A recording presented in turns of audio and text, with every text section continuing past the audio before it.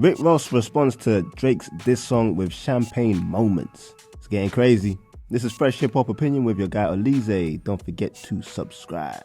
So people, hip hop is on its head right now. Drake released a diss song which a lot of people are still skeptical whether it's actually Drake and not an AI song. But there's been a few sources actually confirming that it's actually real. He goes at Metro Boomin. He goes at Rick Ross. Calls him a police officer. Says he gave him his hits. He goes at Kendrick Lamar, of course. Calls him a pipsqueak and the rest. It's wild, man. For me, this is a really good diss song. A lot of people are having mixed reviews. They're excited, but they don't feel like it's that hard. I thought it was pretty hard, man. I ain't gonna lie. The beat, the raps, the wordplay, it was on point. But like I said, Rick Ross has responded with his own song, saying that Drake leaks his songs, whereas Rick Ross is direct. So it has a direct response to Drake's song, so it can't have been pre-written. Maybe some of the bars were. But some of the most notable bars on the song is, got more money than you, if you want me to say. 50 mil for the crib, where you want me to stay. Now, Rick Ross have more money than Drake? I don't know about that. Maybe he's talking about the value of his home, because it's going to appreciate with time. Right now, he's kind of worth more than Drake. I don't know. Because when you check the net worth, Drake is like got double what Rick Ross has got. Then he goes, let you DM my O, but got, you can't. Let you get on my songs, it was good for your face. Now it's on, ain't no room for debate.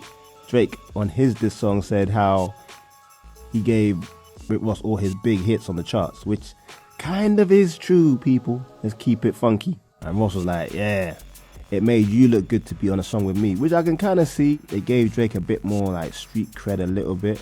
The song ain't going #1 or doing that well in the charts without Drake on it. Let's be real, Ricky. And Rick Ross said the early part there because Ross recently broke up with his girlfriend and Drake slid in those DMs, invited her out to a club, and she actually showed up. So he's referring to that situation when he talks about that. This bar was kind of weird, I think.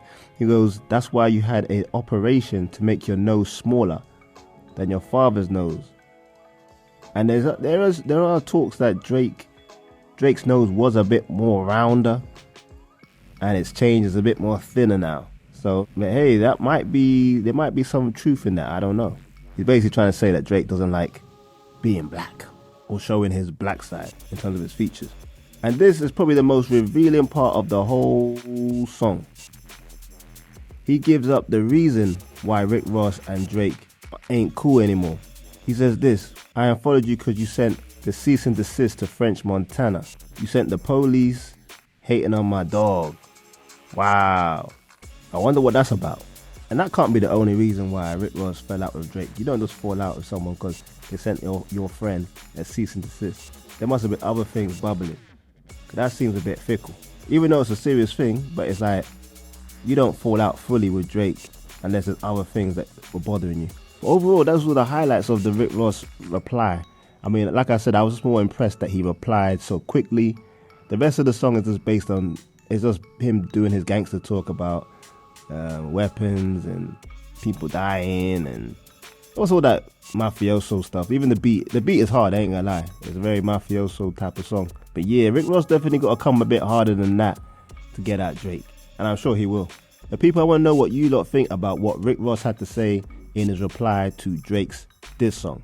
Leave a comment below, like, subscribe, and hit that notification bell. It's Fresh Hip Hop Opinion. Peace and love.